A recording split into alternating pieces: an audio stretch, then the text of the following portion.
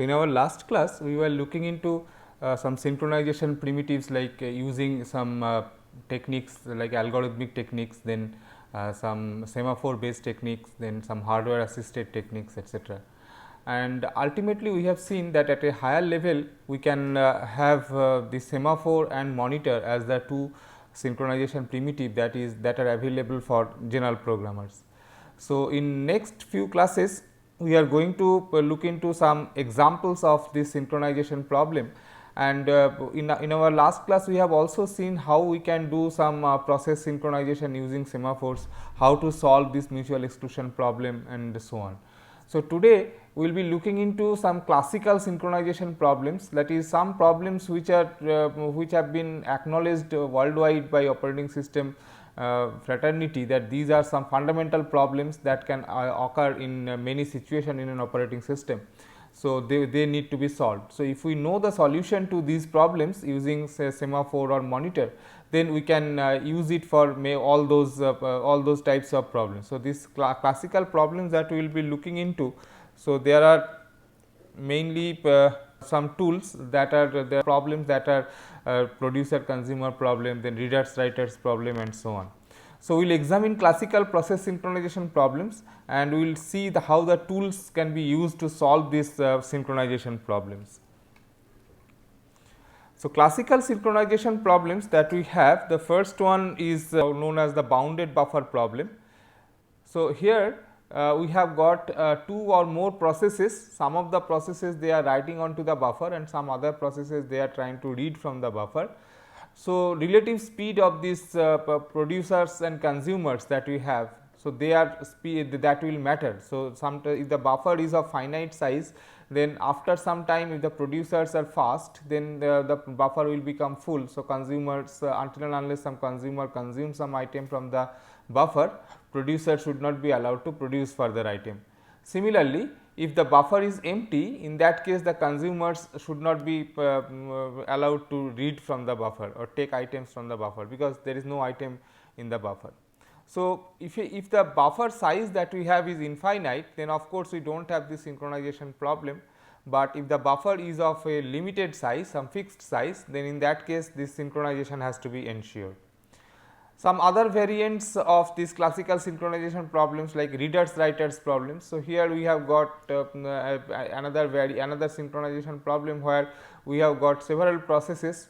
Some of the processes they just try to read some data item, whereas the writer processes are there who want to modify the data item. So, naturally if some writer is writing or modifying the data item, so at that time no reader process should be allowed. Also no more writer process should be allowed at that point. So, writer's access is mutually exclusive. On the other hand, if we have no difficulty if multiple readers are allowed to read the data item simultaneously. So, that way we have got this readers writers problem. So, it is a different it is different from the producer bounded buffer producer consumer problem. Then we will see another problem which is known as dining philosophers problem. This is again something related to shared resources, synchronization between the processes and all. So, we will see them slowly. So, we will solve the solutions, we will look into the solutions based on semaphores, monitors, and you can also look into how in various operating systems the problems are solved. Some operating systems they provide primitives, so that these problems can be solved at that level, at the OS level itself. So, first we look into the semaphore based solutions, and in that we will look into the bounded buffer problem. So, as I was telling, in a bounded buffer problem what happens is that we have got some process which are there are a number of processes which are known as the producer processes. So, we call them, say there are 3 producer processes P1, P2 and P3. Now, and there are a number of consumer processes, say suppose I have got 2 consumer processes C1 and C2. Now, producer processes they are producing items and the items are not specific for a consumer, like so maybe the item produced by any of the producer processes may be consumed by any of the consumer processes. So, there is no distinction between the data item produced by one producer from the data item produced by another producer, they are similar. Similarly, as far as consumption is concerned, so that is also similar. So, any consumer can consume any item from the buffer. So, to solve this speed mismatch problem, so we have to solve this speed mismatch problem, we have to put a buffer in between, and that buffer is say this one. So, this is a finite sized buffer that we have in between. So, this buffer has got 1, 2, 3, 4, 5, 6 locations. So, when this producer processes, they will write onto this buffer, and the consumer processes, they will consume from this buffer. So, the speed becomes an important issue. Now, if there are so in this case, this n, that is the buffer size, so n is equal to 6, okay, and we use a number of semaphores, mutex, full and empty. So, mutex is for mutually exclusive access to the buffer. So, any producer or consumer willing to access the buffer should do it in a mutually exclusive fashion. So, for that purpose this mutex semaphore has been used. So, mutex, this semaphore value is initialized to 1, so that the first process that wants to enter into the critical section to modify this buffer, so that will be allowed. And initially this buffer has got no item in it. So, we say that the semaphore full is initialized to 0. So, initially there is nothing in the buffer. So, this full semaphore value, so this is a counting semaphore. So, this indicates the number of items that are presently there in the buffer, and we have got the semaphore empty. So, this counts the number of empty slots that are there in the buffer at present. So, initially all the n slots are empty. So, this empty semaphore is initialized to n. Now, you can understand that I can allow the producer processes to produce further items as long as the empty semaphore value is greater than 0. On the other hand, this consumer process, it should be allowed to consume items from the buffer as long as this full value is greater than 0. So, with this concept, so we can see like how this problem can be solved using semaphores. So, this is the structure of the producer problem. So, this producer process is assumed to be an infinite loop. So, all the producer processes, the code is similar. Okay. So, it is that is why it is not written separately for different producers. So, what it is doing? So, initially it is doing some processing which is internal to the producer process. So, at this time it is not going to modify the buffer. So, it is producing an item in some temporary variable, say next produced. So, in the next produced variable the item has been produced. Now, it has to seek permission and try to see whether there is any empty slot in the buffer or not. So, this wait on empty, so this will be doing the thing. So, see, as you remember that this empty semaphore was initialized to n because all the slots were empty. So, first time a producer comes, so this wait empty, so this will be true and the empty variable will become n minus 1. So, now after that, so there are empty slots. So, this producer can proceed to write the item onto the buffer, but before writing or modifying the buffer, it has to have mutually exclusive access to the buffer. So, for that it does wait on mutex, and then after that it is free to modify the buffer. So, if it is through this wait on mutex, now it is free to modify the buffer. So, it does the action so that the next produced item is put into the buffer. Once the buffer modification is over, it will signal mutex that other processes can enter into their critical sections, and then it signals full. So, full semaphore was initialized to 0. Now, one item has been produced. So, by this signal statement the full variable will become equal to 1. And of also you remember from the semaphore semantics, if it is a if it is a blocking type of semaphore, that is if a process was had called wait on full and it was waiting there, then the signal full will invoke the process, it will inform the process and take it up for execution. So, this loop goes on in an infinite fashion. So, as long as the producers are there, so they can produce item, and these producers they will produce item as long as there are empty slots in the buffer. So, this is the producer process structure. Next, the consumer process structure. So, this is like this. So, first the consumer process, it first needs to access the buffer, read the next element from the buffer and then use it in some internal computation. So, how is it doing? First it is doing a wait on full. So, the full variable contains the number of items that are there in the buffer at present, and as I said that the full may be allowed, or for the consumer may be allowed if full value is greater than 0. So, initially full value was equal to 0, after some producers have produced some items, the full value will become non-zero, it will increase to some non-zero value.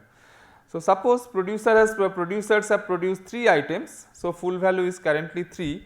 So, this wait on full it will be true at that time, then it will wait on mutex. Okay. So, after getting permission that I should be able to there are some, after doing the check that there is some item in the buffer, this wait on mutex it will seek permission to access the buffer, and after that it executes the code that will remove an item from buffer into some local variable next consumed. Then it will signal mutex, so buffer modification has been done. So, this mutex signal mutex it will come out of the critical section and then signal empty. Now, one empty slot has been created because this consumer has read one item from the buffer. So, if there are some producer processes waiting for some slots to be available in the buffer. So, this signal empty. So, this will inform that producer that yes, some slots are available now. So, you can try again to write. So, this signal empty is increasing the value of the empty variable. After that it goes into local processing where it will consume the next item, the item that was produced in next consumed variable into its local processing, and then while true. So, this way this producer process, the consumer processes will work. So, what essentially happens, the both producer and consumer processes they use this mutex semaphore whenever it is trying to modify the buffer, either reading or writing the buffer, and the producer process informs the consumer process that something has been written by signaling on the full variable full semaphore, and this consumer process informs the producer process that some slot is empty by doing a signaling on the empty semaphore. So, this is how this whole thing works. Now, you can very easily check that there is so at no point of time if the producers are fast compared to the consumers, then also after some time the producer will be made to wait. Similarly, if there is no item in the buffer, consumers are faster than producers, then these consumers will be made to wait because there is no item in the buffer. So, the consumers are made to wait. So, this type of situation can occur in many real situation in an operating system. For example, suppose we have got one process which is reading from the keyboard and another process which is some user program which is running some code. So, from the values for the program variables are to be entered by the user from the keyboard. So, this keyboard reading process and this program under execution. So, these two are two separate processes. Now, there can be several readers, there can be several processes which are reading from the keyboard. So, as a result we can have a number of producers for that produces these keystroke sequences, and the consumers may be all these programs that are running. So, that way we can have a number of producers and consumers created in the scenario. So, this way this producer consumer problem, this happens to be one of the very fundamental issues that we have in the operating system.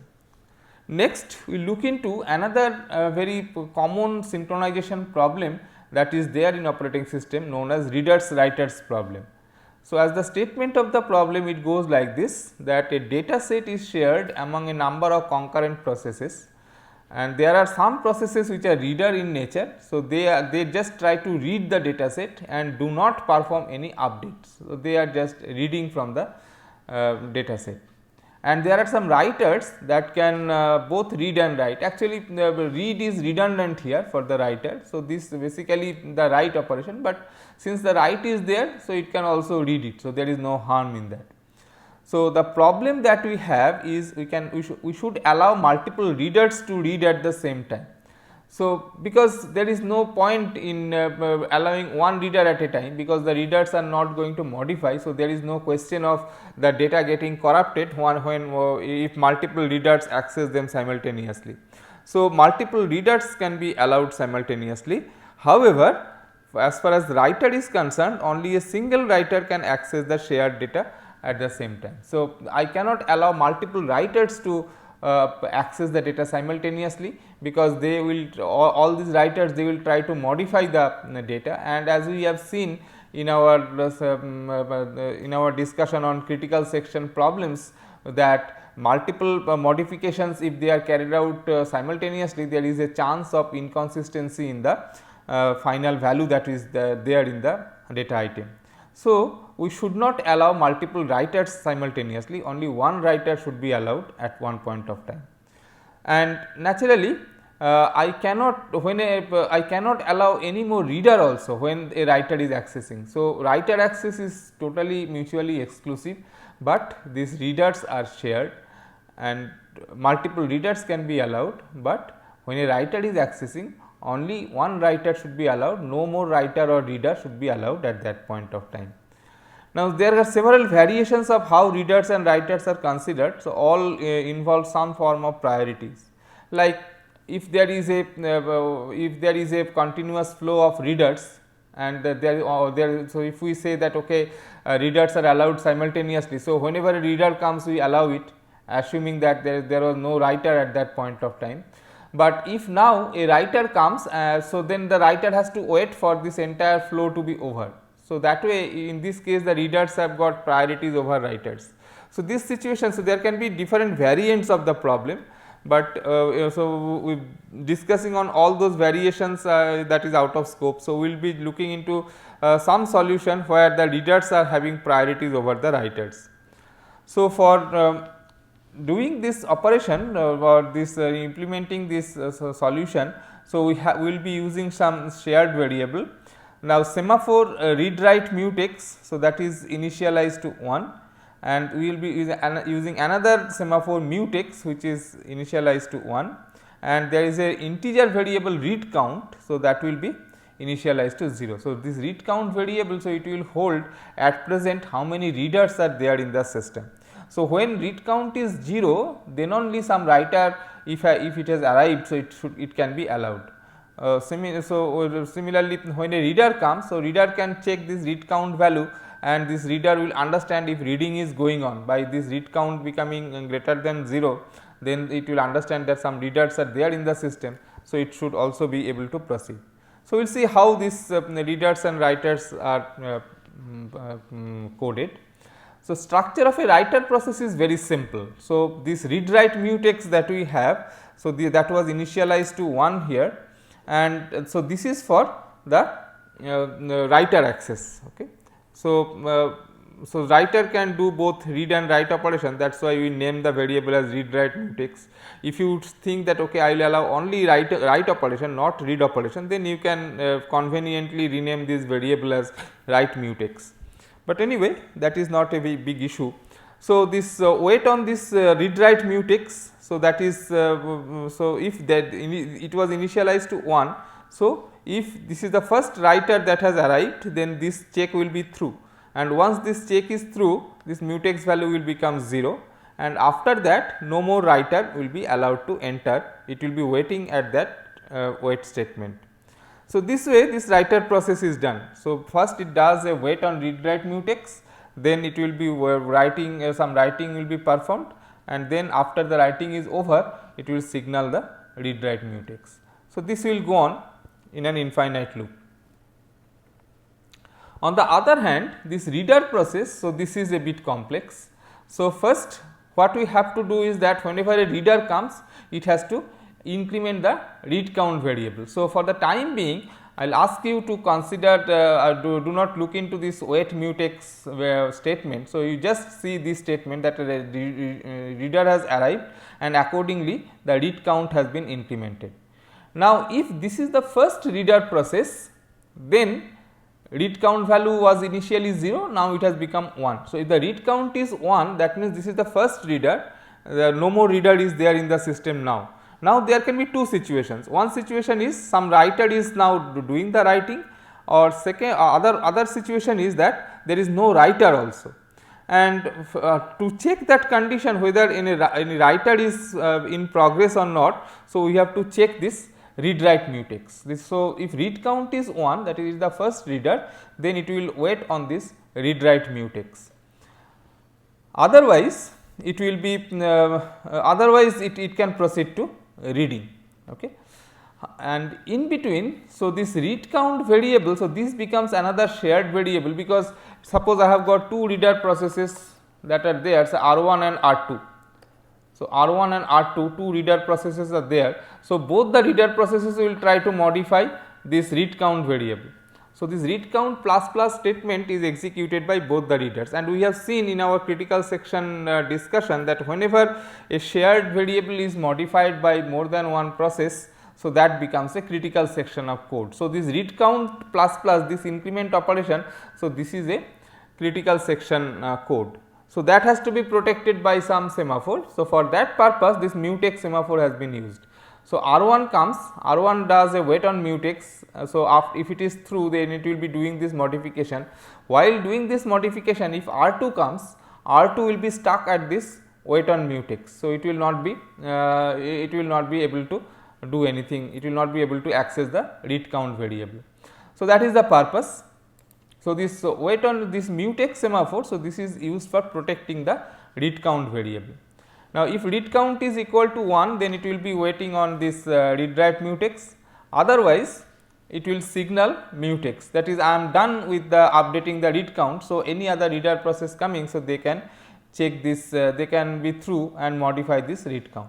And if read count is equal to 1 and there is some writer currently writing, then this read write mutex value was 0. So, this wait on read write mutex, so this will make the reader to wait, and at that time it is not signaling mutex, because that is not necessary, because if this reader is waiting, then the successive readers who will arrive, so they will also have to wait until and unless this writing operation is over by the currently progressing writer.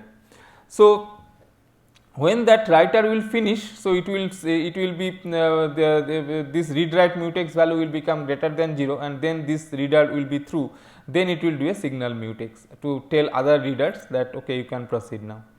Whatever be the situation, so it is once this part is through, the reader is allowed to proceed, allowed to do the reading. So, reading will be performed. After reading is performed, now I have to decrement the reader count. Okay. So, this again this read count is a shared variable, as I said. So, this becomes a critical section code, this decrementing the read count value. So, read count minus is done, and if read count becomes equal to 0, that means there is no more reader process. So, this was the last reader process. Okay. So, for a process after doing read count minus, so if read count becomes 0, that means this was the last reader process. So, there is no more reader process in the system. So, in that case it has to see whether any writer is waiting or not, and if some writer is waiting, it needs to signal the writer that okay, you can proceed now. So, that is done at this point. So, if read count is 0, in that case it is doing signal read write mutex. So, it will be telling the writer process that you can proceed now. Whatever be the case, ultimately this read count modification is over. So, this it comes out of this critical section of code, and it does a signal mutex, where it comes out of this shared code of this read count access. So, that way it comes out. So, that and then while true do, so this way it will go on doing the reading operations. So, reader process structure is slightly complex compared to the writer process structure. Now, you see, as I was telling that we are favoring multiple readers, because the first reader comes, and if it is somehow through this read count update and it has come to the reading stage, then any more reader coming, you see that it will find that read count is not equal to 1. So, it will go into signal mutex and go into the writing. So, it will not wait for that.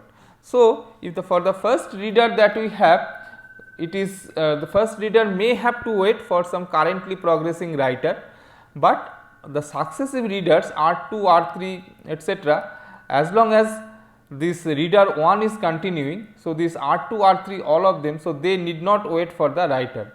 Now, suppose the situation was that this writer 1 came first, then came reader 1, then while reader 1 is progressing, then writer 2 came, but still reader 1 is continuing. At that time this reader 2, reader 3 came, like that. So, maybe I can write so this is reader 1 arrives. So, these are the arrival time for reader 2, reader 3, this is the arrival time of writer 2, like that. Maybe at this point the reader 1 finishes. So, reader 1 finishes at this point. Now, what will happen after this reader 1 has arrived and the writer 1 is over. So, reader 1 will be allowed to enter into this reading part. Now, this writer 2, it will see that it will find that this read write mutex value is 0. So, it will be made to wait. So, this writer process will be made to wait, but this R2, R3, so though they came after writer 2, so they will be allowed to proceed, because it will only find that read count is not equal to 1. So, it will be through this and it will go into the reading phase. So, this writer will have to wait till all the readers that are there in the system are over. So, if there is a continuous flow of readers, then this will happen quite late, that the writer is allowed to write onto the data item. So, this particular solution, it favors readers. So, if there is a continuous flow of readers, then the writer may starve. So, writer may starve if there is a continuous flow of readers. So, there are other solutions where we can make the solution to be favoring the writers. So, if there is a writer, then all the readers who arrived after that, so they will be made to wait, and then the writer should be allowed, and then only the readers will continue. So, that type of solution is also possible, but that will also favor the writers, not the readers. So, that way we can have different situations. So, this is rather asymmetric solution, unlike that producer consumer problem, which was more or less a symmetric solution. So, this particular solution is a bit asymmetric. So, the variations that we have, the first variant is that no reader kept waiting unless writer has permission to use the shared object. So, this is the first variation that we have seen. And second variation is that once writer is ready, it performs the write as soon as possible. So, both the variants are there. Both may have starvation leading to even more variation, like the so first variation, when the reader is no reader will be kept waiting. So, in that case the writer may starve, and the second variation, when the writer is ready, it performs write as soon as possible. So, in that case, if there is a continuous flow of writers, then these readers will be made to wait. So, that in that case the reader processes, they will starve. So, both the versions, they have got this starvation problem, and these problems can be solved on some systems by kernel providing reader writer locks. Some operating systems, they will provide at a kernel level some reader writer lock, and if it gets the lock, then that will ensure that the access is made in that sequence only. So, this is the readers writers problem that we have.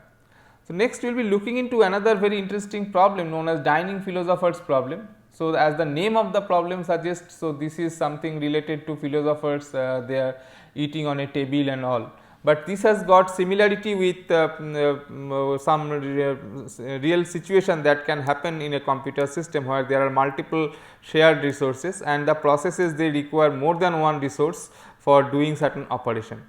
So, we will see into this dining philosophers problem in the next class.